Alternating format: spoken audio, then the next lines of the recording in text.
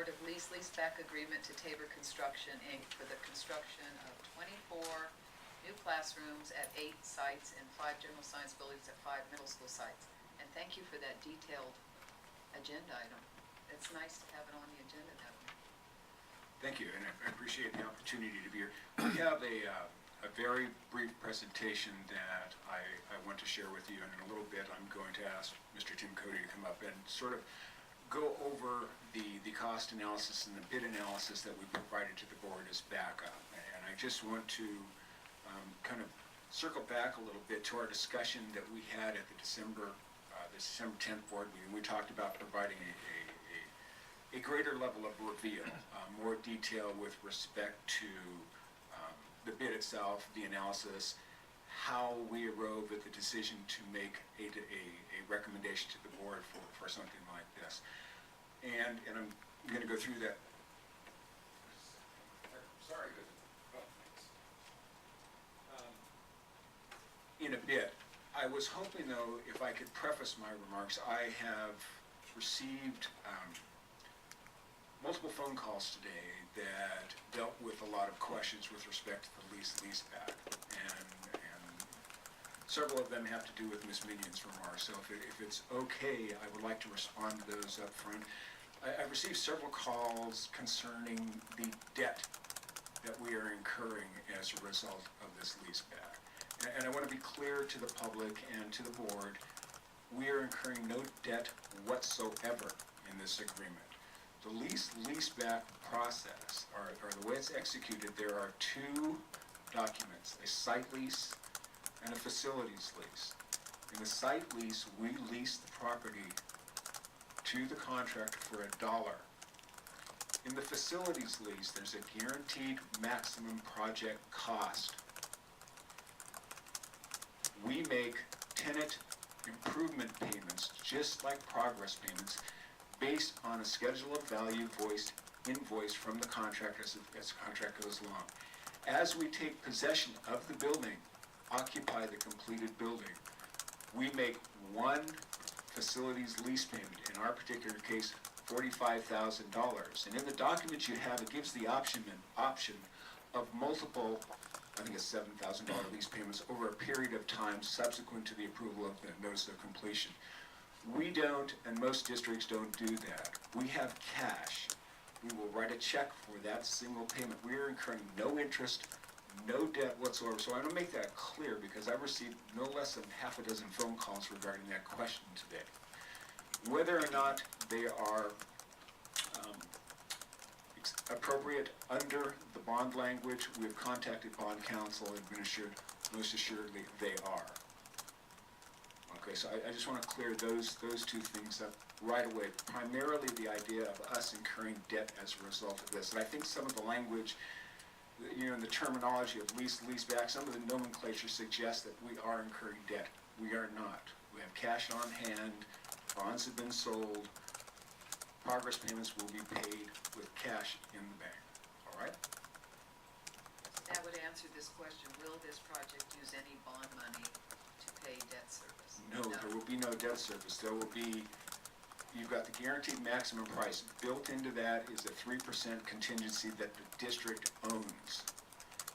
That price cannot go up. Those progress payments, the entire cost of this project, will be paid with funds on hand as a result of the most recent bond sale. There is no debt. It's not a financing mechanism whatsoever. Okay?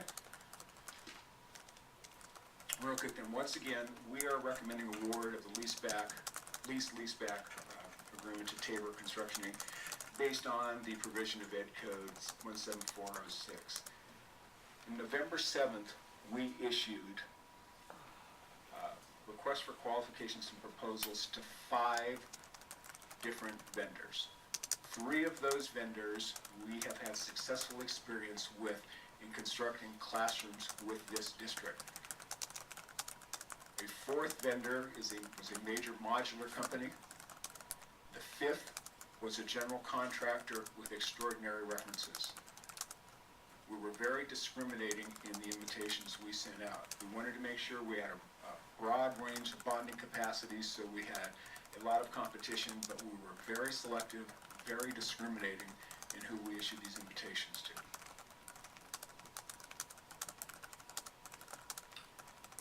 You'll see when we do the bid analysis, we divvied it up into packages. And the reason we divided the work up into packages rather than say, let's get a bid for all of the 24 classrooms and the 5 science centers, is this encourages competition.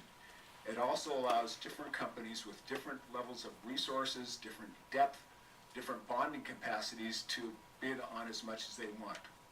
And so, once again, this is to encourage competition. Package 1, for the portable replacement, there was 2 portables at Hidden Valley, 4 at El Dorado, 5 at Valley View. Package 2 was 2 buildings at Ignatia Valley and 5 at Bel Air. Package 5 was a single kindergarten building at Montel Elementary. And package 7 were 3 classrooms at Olympic High and 1 at Gateway. Package 3 and 4 were for the middle school science facilities. Package 3 was for the facilities at El Dorado Middle and Valley View. Package 4 was for Oak Grove, Riverview, and Foothill. And a little later on, as we're comparing bid to budget, you'll see some differences. When we originally did the 2010 project list and did our estimates, the estimate we had for the middle school lab was for an 11,020 square foot classroom, 2 of those. From that time till the time we started programming, we have bumped that square footage up, so we are building a bigger facility now. It's 2 1440 square foot classrooms and 400 square foot prep rooms. So our numbers in the budget are going to change, and I'll explain that a little bit later.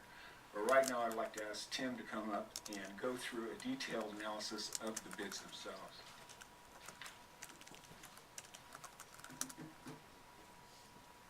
Good evening. We just wanted to go over a quick rundown on what we came up with on the packages. As Pete mentioned, we solicited 5 vendors. We got what I feel is a good response from some of the vendors that have done a lot of work for us. On the first line you have package number 1. So this is a full guaranteed maximum price for package number 1. We received 3 quotes or bids on this package, and then we just totaled it up. These are all the summaries for the portable classrooms only. And what we did was we took that number, we started breaking down into that to look at, first of all, whether or not the low vendor had a qualified bid, whether they've seen everything that they're looking at, and to take a look at the overall variance between the 3. When we added up, we looked at the difference between the bid number 1 and number 2. We ended up at $75,000, so we felt that the low bid had contained everything in there. The number bid is the difference from the lowest bidding price to that line's bid item. And then the last column is the recommendation that we're making tonight. Any questions on this particular slide? Did we get any indication why the other 2 vendors chose not to bid? We haven't reached out to them. I mean, just to maintain some integrity in the process, we wanted to meet with the board first before we started contacting some of these other vendors that may or did not supply a package to us.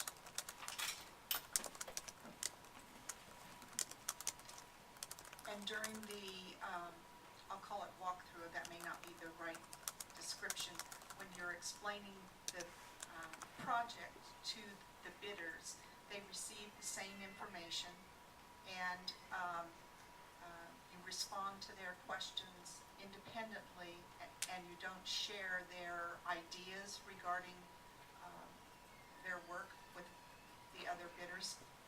We will not share money ideas with other vendors, but all of the information that would be given out to a potential contractor for the entire project is shared. So if one contractor says there's a valve here that's not clearly shown on the drawings, what are you going to do? What we did that is all in writing. So if we have written questions from the contractor, we would handle this in the same manner we would handle a very small quote, an invitation for bid, or the lease-leaseback. So all the information's bid on the same information.